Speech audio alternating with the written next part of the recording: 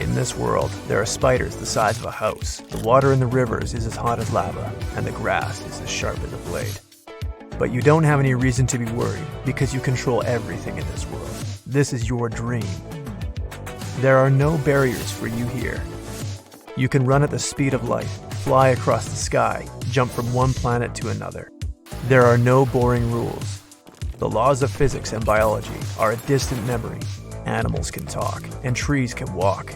The floating mountains look especially beautiful against the background of the bright red sky. Do you want a closer look? No problem. This is your world. You could pick up your bike and race across the clouds to the mountains. No, that's far too boring. You can become a cloud and float there yourself. Ahem. What? Who's coughing? There's someone standing behind you. You turn around and see a man in a white coat and glasses. Dr. Johnson, what are you doing in my dream? He starts to talk to you. Buddy, it's time for you to wake up. Suddenly, everything fades to black. Something unknown pulls you out of the dream world. You slowly open your eyes. Weirdly, you don't feel groggy at all. Electrical sensors are dangling uncomfortably on your head.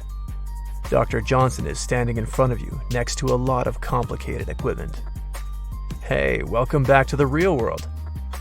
For more than 100 years, researchers have been trying to unravel the mystery of dreams. In recent years, they've taken a small but important step forward. Scientists don't know how to fully enter our dreams, but they've learned to communicate with a dreamer while they sleep. In 4 independent laboratories, scientists observed the sleep of 36 volunteers. For this, they used special sensors that monitor brain activity and pick up neural signals. The researchers asked the participants questions with audio recordings and Morse code. They tapped on the volunteers' hands and blinked light signals to try to get through to the dreamers. Amazingly, when they woke up, the sleeping people claimed to have heard the scientists like a voiceover in a movie. For some, the audio recording even became part of their dream. For example, one of the dreamers said they heard a voice coming out of a radio, asking if they knew the Spanish language. Volunteers answered yes or no questions with eye movements or facial muscle cues. They could even solve math problems in their sleep. When asked what 8 minus 6 was, a volunteer blinked their left and right eyes to signal the answer was 2. Of almost 160 questions asked, the researchers successfully established a two-way contact around 20% of the time. That means that even now, scientists can infiltrate our dreams reasonably easily. You might be surprised at how much scientists already know about the way humans sleep. An average person in good health gets to sleep in about 10 minutes. Sleep isn't that simple though. It comes in a few different stages. As soon as you fall asleep, you're in something called non-REM sleep. This early stage of sleep, brain activity, heart rate, breathing rate, and body temperature all drop. This takes up about 70% of our total time asleep. Sleep continues through a few more phases until it reaches REM sleep, after 80 to 90 minutes. REM means rapid eye movement, describing the strange darting movements that our eyes make during this sleep stage. REM is the deepest stage of sleep, and most scientists agree that it's the most crucial part of your night, even though it's only around 30% of your time asleep. Interestingly, there isn't much difference in brainwave activity between REM sleep and wakefulness. At this time, you see the most vivid and lucid dreams. If you wake up unexpectedly, you'll most likely be able to remember what you saw in your dream. While most muscles relax during non-REM, they all tense up and freeze in place when you reach the deepest stage of sleep. This paralysis is useful. It stops us from moving or reacting in response to vivid dreams. Most people spend about a third of their life asleep. A good night's rest is as essential as food, water, air, and the internet. But what could happen if you stayed awake for a long time without sleeping? If you neglected sleep for more than 24 hours, your memory, attentiveness, and hearing would all get worse. You would find it difficult to make decisions, and your visual coordination would decrease. After 36 hours of insomnia, blood pressure rises, hormone production is disrupted, so your emotions would become erratic and you would have little self-control. You would struggle to motivate yourself to do anything. At 48 hours without sleep, your emotional and physical condition would plummet. Your body would try to save you by forcing you to have microsleeps. Microsleep is where your body shuts down for as little as a few seconds. But most people don't even notice their bodies do this. so it can be really dangerous to do anything without proper sleep. Whatever you're doing, your vision fades and your brain shuts itself off. You would wake up and continue whatever you were doing without even noticing the few seconds you lost. After 72 hours without sleep, things start to get serious, even though this might not seem like that long without sleep. Things get really bad at this point. You might begin to experience hallucinations, and most people begin to lose their connection to the real world and act strangely. Overall, it isn't a good idea to go without sleep. It even worsens the skin, leads to an increase in general stress. All of this might make you wonder what the world record is for spending the longest time awake. If things get that bad after only 2.5 days, surely it can't be much longer than that. One of the longest times ever recorded was by Randy Gardner, a student in 1964. He kept himself awake for 11 days and 25 minutes. In total, he was awake for 264.4 hours. All of this was done for a scientific experiment. He wanted to prove that extreme sleep deprivation had no real long-term consequences. For the most part, he seemed to be right. Gardner was irritable for most of the experiment, but he didn't face any terrible issues the longer it went. The worst thing he experienced was hallucinations and forgetfulness. Did you know that a lot of older people dream in black and white? The older the person, the more likely it is that their nightly adventures are colorless. 25% of people over 50 years old report black and white dreams. Incredibly, scientists believe that this has to do with television. People who watched black and white programs in their childhood dream in the same color. These people are now older, and, despite watching color TV now, they still dream in black and white. Among younger people, only 12% dream in black and white. It's interesting to think what color people dreamed in before any kind of TV existed. Did black and white TV make people dream without color? Or did color TV make dreams more colorful? For 4% of Americans, sleep is a difficult time. These people are on the border of the real world and the world of dreams. This group of people are called sleepwalkers. In science, this condition is called somnambulism. People who have this disorder may not be in control of their activities while they sleep. This might sound like fun, but only at first glance. Sleepwalking is a serious risk. Imagine that you're asleep and your body gets out of bed and goes for a walk down the street. Things could get risky very quickly. You might even walk down to your local bank and try to withdraw some money. Pretty much everyone has dreamed of falling from a height and woken abruptly just before they hit the ground. This is called a myoclonic jerk. It often happens just as you're falling asleep, and we still don't really know the cause. One theory is that all of the muscles in your body completely relax, and your body begins to drift off before your mind has had a chance to get ready to sleep. You begin to dream, and your conscious brain panics, feeling like it's falling, and forces the body awake to save you. Luckily, it doesn't cause any damage and isn't indicative of any broader problems. It can be a bit annoying when you're wrapped up in a cozy bed, ready to doze off though. On average, we have 4 to 6 dreams per night. 5 minutes after waking up, you forget 50% of your dreams. And after 10 minutes, 90% of your dreams will have disappeared forever. Many people think they don't have dreams at all, but really, they just forget them all quickly. We all have dreams, but scientists don't know why exactly. Some believe that the brain uses dreams to process life experiences and the events of the day. Some psychologists see sleep as a monitor through which we can see ourselves. Have you ever had the same dream several times in a row? Maybe your subconscious mind is trying to tell you something. Many dreams are strange, very strange. There can be a lot of absurdity in them. Dreams shouldn't be taken literally, but they can be interpreted to give you useful clues about your life. Is a monster chasing you? Or are you running away from a car? The subconscious mind warns you about the problems at work, school, or in a relationship. Maybe you're running away from something in the real world. One common dream is that you're standing on top of a mountain or on the roof of a skyscraper and feel scared or anxious. This might mean that you're ready to take on new heights, but are afraid to move forward. If you're flying in the sky or on an airplane in your dream, then it could show that you've defeated a big obstacle in your life. It might be time to look for new opportunities and new victories. Maybe you dreamed that you were walking through the house you grew up in, but you can't find a room. If this is the case, your subconscious mind might be warning you that you're suppressing part of your personality. Find the lost room. Perhaps this is a new hobby, work, or moving to another city. In your dream, are you late for a meeting, or did you oversleep your alarm clock? Stop running away from responsibility. It's time for you to take control of your life. Take the initiative, and you'll succeed. Have you ever realized that you're dreaming in the middle of a dream? Oh, wait, this isn't real. Then you kind of write the script of your dream while you're still in it. Lucid dreaming is a technique allowing you to control your dreams. Here's everything you should know about this practice and other cool facts about dreams. Dreams. They're mysterious and unpredictable. You remember them perfectly when you first wake up, but then they seem to fade away. Lucid dreaming changes these features. Basically, you know you're asleep and dreaming. With that level of consciousness, you shape the dream's narrative with your imagination. Several factors affect the recollection of dreams, such as how many hours you sleep and even your diet. Studies reveal that people who make less effort to remember what they dream about during the night can more easily enter the lucid state. If you've never had this type of dream, that's also okay. Good news, people can learn and get better at this with time. In fact, there's more than one way to practice having lucid dreams. A researcher tested the effectiveness of 5 different techniques, working with hundreds of participants.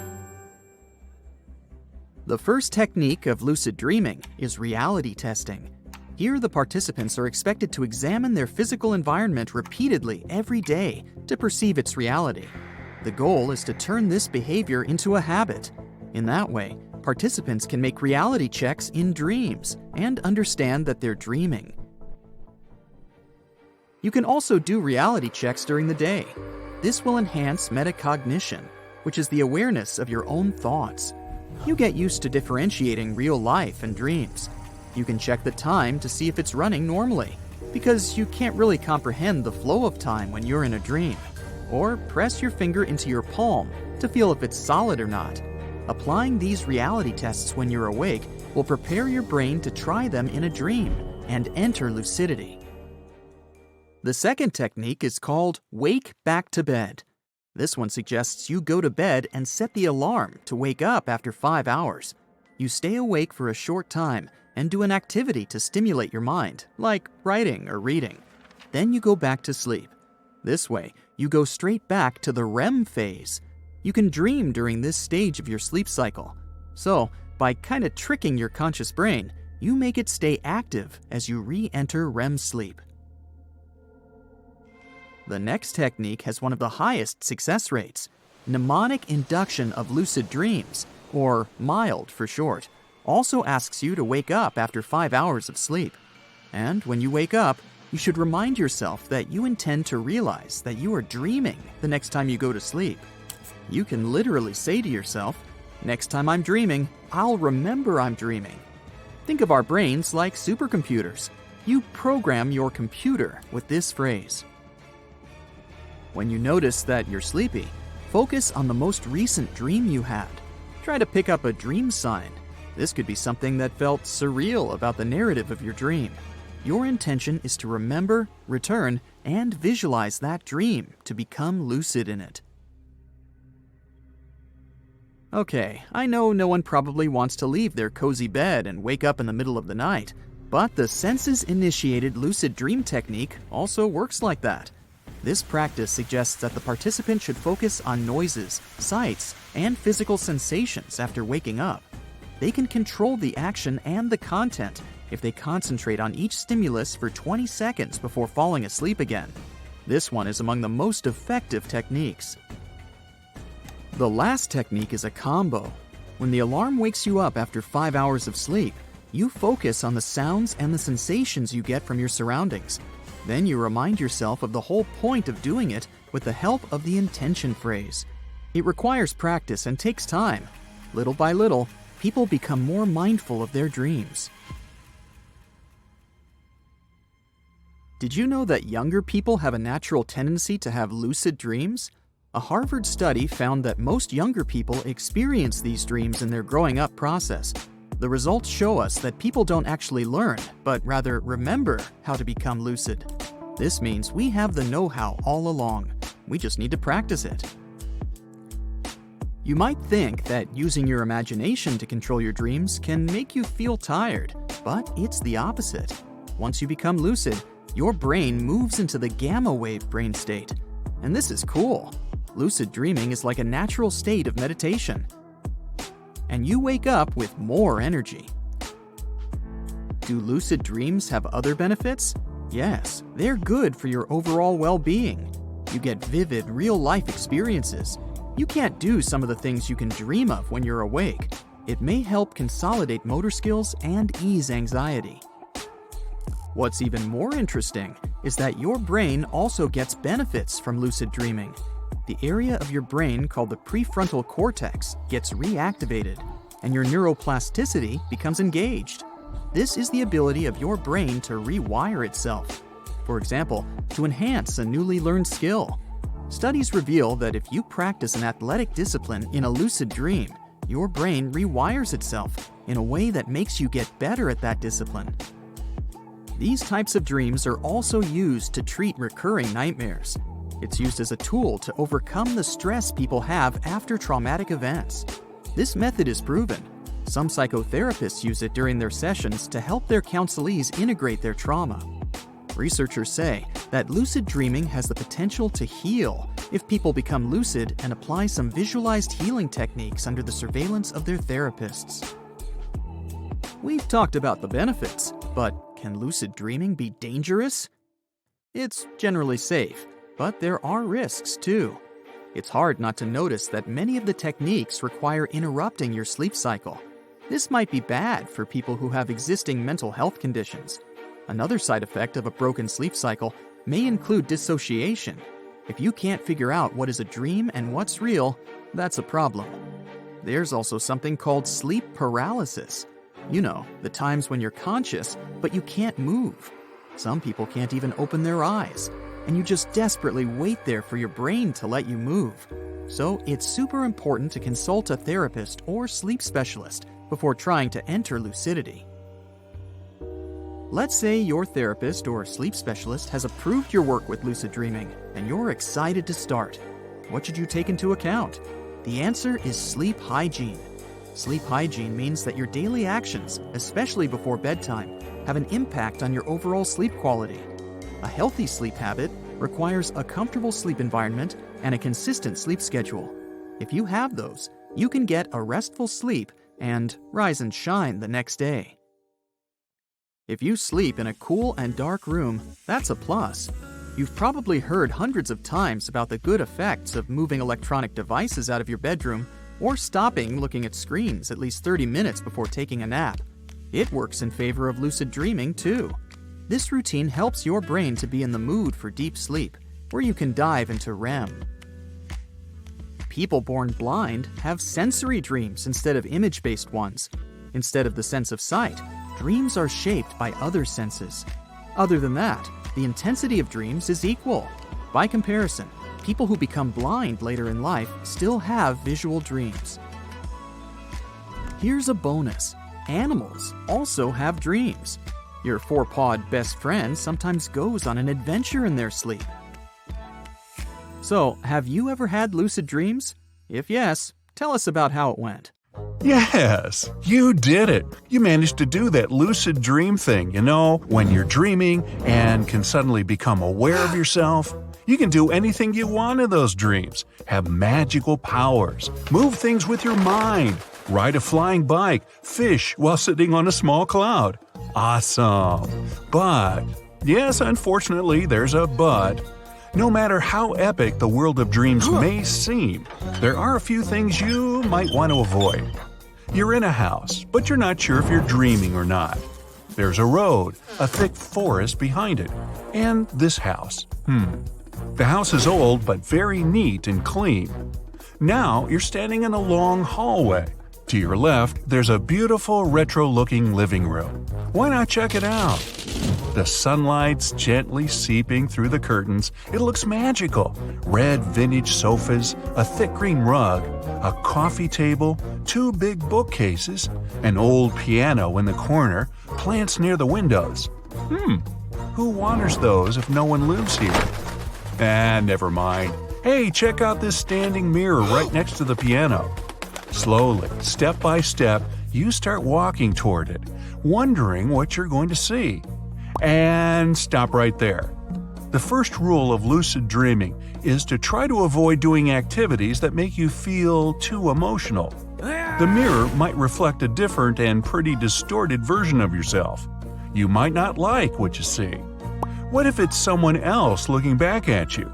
Or you realize your hands are unnaturally long, your face is unrecognizable, or there's someone standing behind you.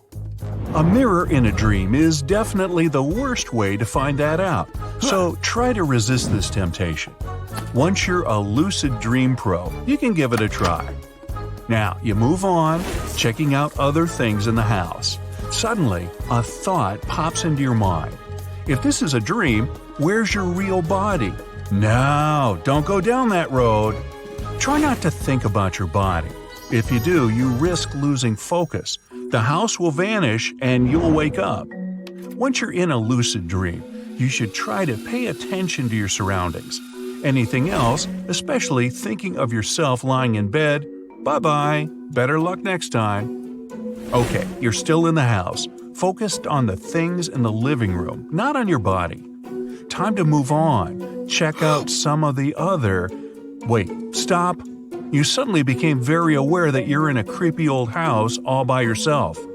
Why did you go in? What were you thinking? You start to feel extremely uncomfortable. What if someone lives here? So far, you've only been in the living room. You turn around and go back to the hall. Okay, the door you came in through is still there, but there are some wooden stairs over there. You can't quite see where they lead to. Did it suddenly get a bit darker? Is the sun going down? All of your biggest fears start popping in your head. You suddenly hear snakes hissing, and is that the sound of some giant animal? A dinosaur maybe? Oh no! Is there a chicken in here too? Your biggest phobias all gathered in one place. The ground starts to shake. You panic and turn around to flee. Oh no! The door's gone! You take a step, fall into a bottomless pit, which brings me to the second thing to avoid. Try not to think about things that scare you or make you feel uncomfortable. We're all curious about scary scenarios, but your subconscious controls your dreams, and it knows all your suppressed fears. One tiny detail can escalate quickly and turn a nice lucid dream into a nightmare, or even wake you up. It might not be such a bad thing. So, you bring your focus back to the nice things in the house, and the darkness disappears. Okay, good. The door's back too. You walk outside, back to the main road. It's a beautiful day. Oh, is that your old high school friend? Great. You were just thinking about her the other day. This'll be a great chance to chat.